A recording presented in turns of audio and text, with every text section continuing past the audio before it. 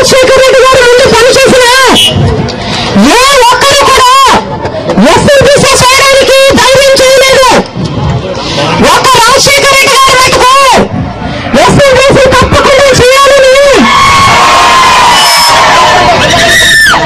సొరంగ మార్గం కింద శ్రీశైలం నీరు తప్పకుండా తీసుకురావాలని 1900 కోట్ల రూపాయలతో ఇక్కడ ఎత్తిపోతల ప్రాజెక్ట్ చేయాలనుకున్నారు. రాజశేఖర రెడ్డి గారు బ్రతికుండగా ఆ ప్రాజెక్టు చాలా దూరమే పనులు నడిచాం. కానీ ఆయన చనిపోవడంతో ఆ ప్రాజెక్టు పనులు పూర్తిగా ఆగిపోయాయి. ఇప్పుడున్న ప్రభుత్వానికి చిత్తశుద్ధి లేదు. ఆ ప్రాజెక్టు ముందుకు నడవడం లేదు.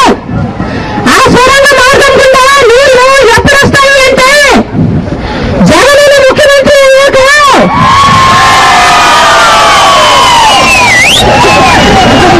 తప్పితే ఆ నీళ్లు ఇక్కడికి వచ్చే మార్గమే కనిపించడం లేదు.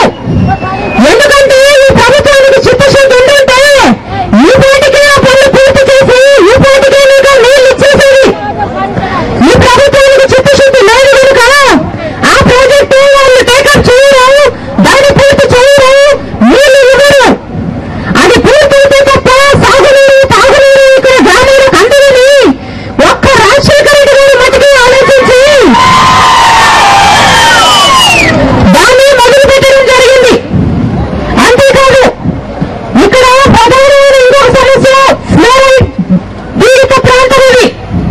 ఇది కొత్త సమస్య కాదు, ఎప్పటి నుంచో ఉన్న సమస్య. చంద్రబాబు నాయుడు గారు ముఖ్యమంత్రిగా ఉన్నప్పుడు ఫ్లోరైడ్ పీడిత ప్రాంతాల కోసమని 9 కోట్లు ఖర్చు పెట్టాడు. అదే రాజశేఖర రెడ్డి గారు 5 సంవత్సరాలు ముఖ్యమంత్రిగా ఉండి కూడా 375 కోట్ల రూపాయలు ఖర్చు పెట్టి 450 గ్రామాలకు కృష్ణా నీళ్లు పంపించాడు.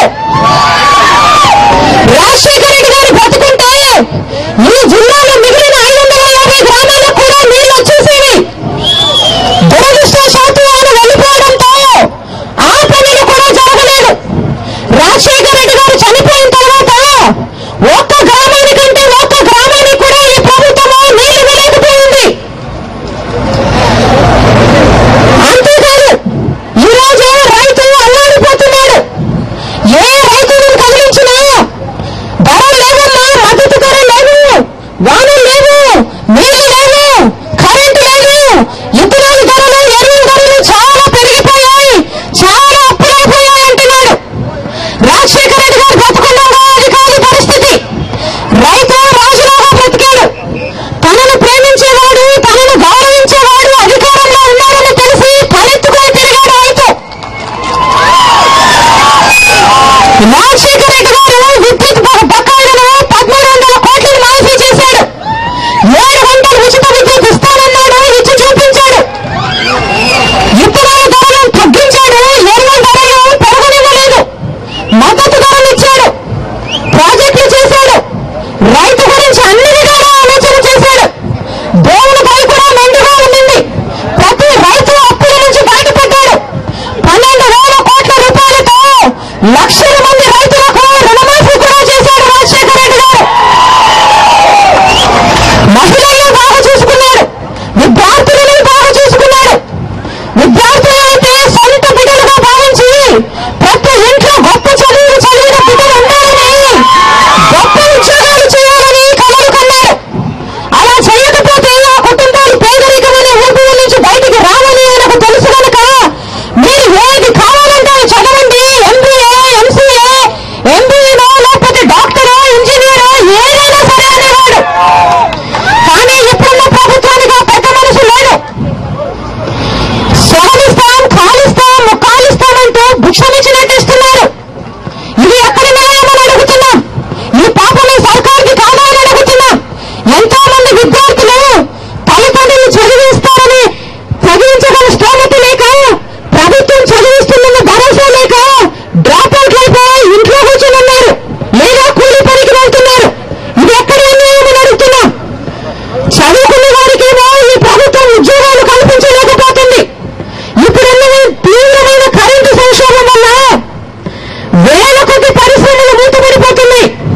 లక్షల మంది ఉద్యోగాలు కోల్పోయి రోడ్లు పడుతున్నారు.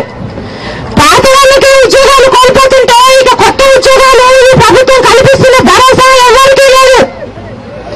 మహిళలైతే తన పిల్లల్ని స్కూల్కి పంపించకుండా కూలీకి తీసుకువెళ్తున్నారు.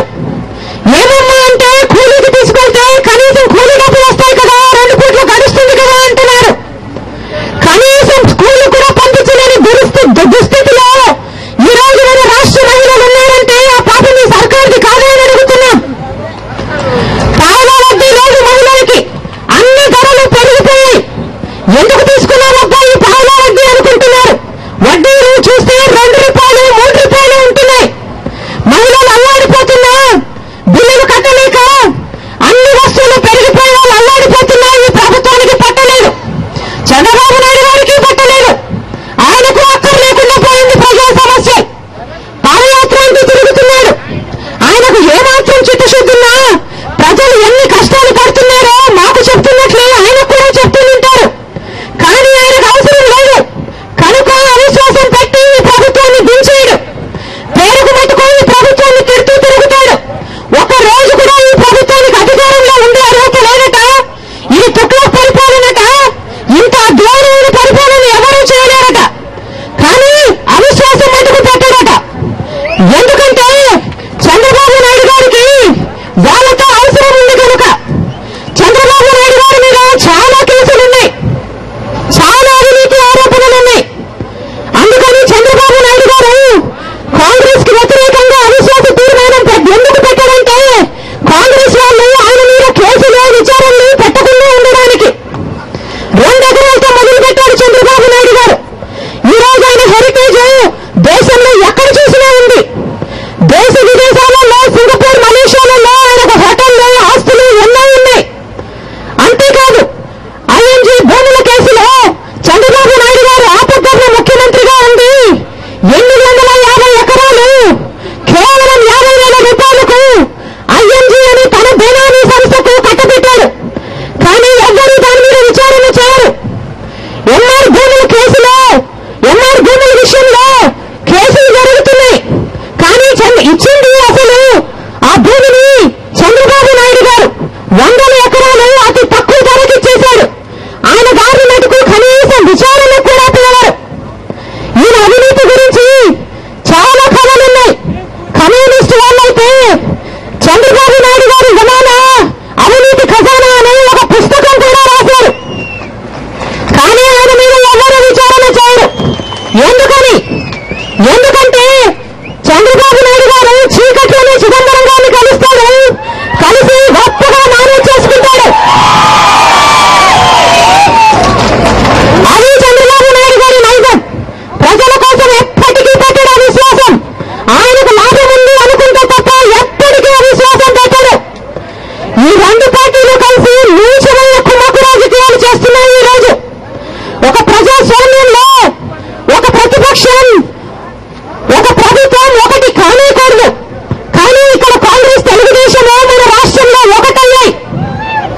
ఇంత కష్టకాలంలో ఒక ప్రభుత్వము ఒక ప్రతిపక్షము ఒకటి కావడము మన రాష్ట్రానికి ఒక శాపము. కానీ అలాగే ఉన్నాయి ఇప్పుడు రాజకీయాలు. ఎమ్మెల్యే ఎలక్షన్లలో ఎమ్మెల్సీ ఎలక్షన్లలో ఇద్దరు కలిసి ఒప్పందాలు చేసుకుని ఒకరికొకరు సహాయం చేసుకుంటారు. మొన్న ఎఫ్డీఐ అనే బిల్లు కేంద్రంలో కాంగ్రెస్ ప్రవేశపెడితే చంద్రబాబు నాయుడు గారు ఎన్నో లక్షల మంది రైతులకి, చిన్న చిన్న షాపులున్న వాళ్ళకి ఎంతో నష్టం జరుగుతుందని తెలిసి కూడా వాళ్ళ మంచి చెడులు గాలి వదిలేసి